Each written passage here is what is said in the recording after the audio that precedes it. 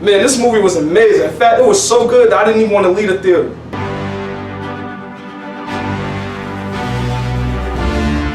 Hey, what's up guys? It's Jakeem the Nerdy Python coming at you with yet another movie review.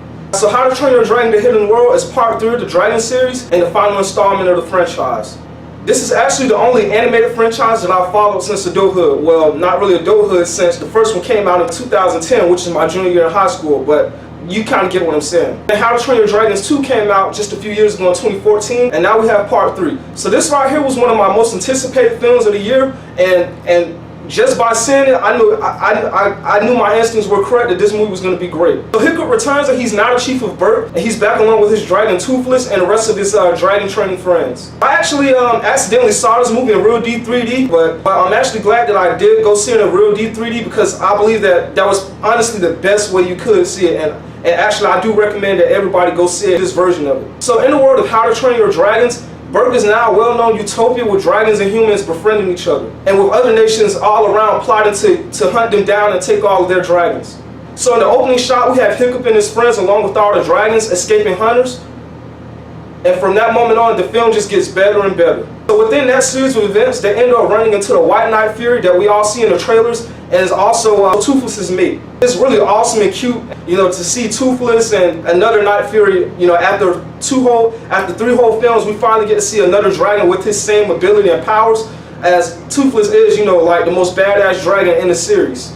So a good chunk of the film involves Hiccup, Astra, and Toothless, you know, just trying to, you know, seeking after this White Knight Fury who Toothless is in love with, and that escapes every chance she gets. Guys, this film, like I said, was very amazing. The colors all popped out, especially when they actually got to the hidden world, which is essentially like this huge cavern full of like glowing mountains and scenery, and I just can't even explain it. You really just have to see it.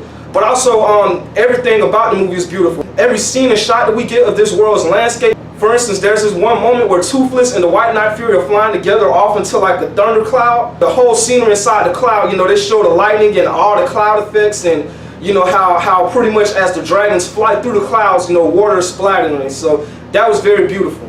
The sunsets were amazing. We had this sort of peachy, orange, yellow, reddish type color blending in with the blue sky, and it was just breathtaking. All the main voice actors returned. Of course, we have Jay Baruchel, I hope I said his name right, as Hiccup. Jay Baruchel, he's really well known for playing that kind of awkward, hopeless, romantic type character, most notably in the film The Sorcerer's Apprentice, where he starred alongside Nicolas Cage.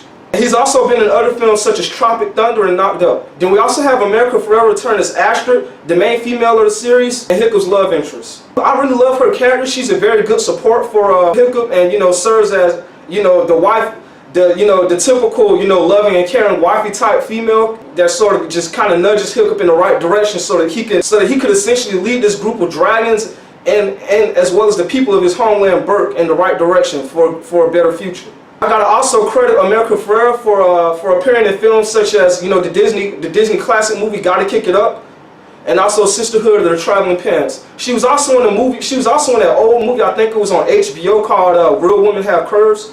So I thought she also did a good job in that movie. We also have Hiccup's mother, Valka, returning in this film, and she's voiced by Cate Blanchett, another top female in the filming industry.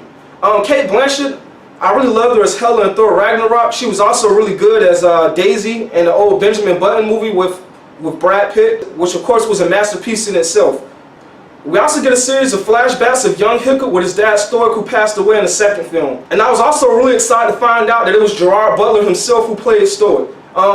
Gerard Butler, needless to say, is a very good actor. You know, of course, me being an action guy, I know I'm most familiar with him in 300. He's also appeared in films such as Law-Abiding Citizen and Den of Thieves. We can't forget that he also starred alongside Angelina Jolie in Tomb Raider: The Cradle of Life. Oh yeah, and I almost forgot, the main villain, Grendel, played by F. Murray Abraham. He was a very good and believable villain. He was very articulate and sophisticated, which we all know only hid a much darker and, you know, ruthless nature. So yeah, guys, I recommend this movie for everyone. Kids, adults, film geeks, everybody. It is definitely the best of the 3.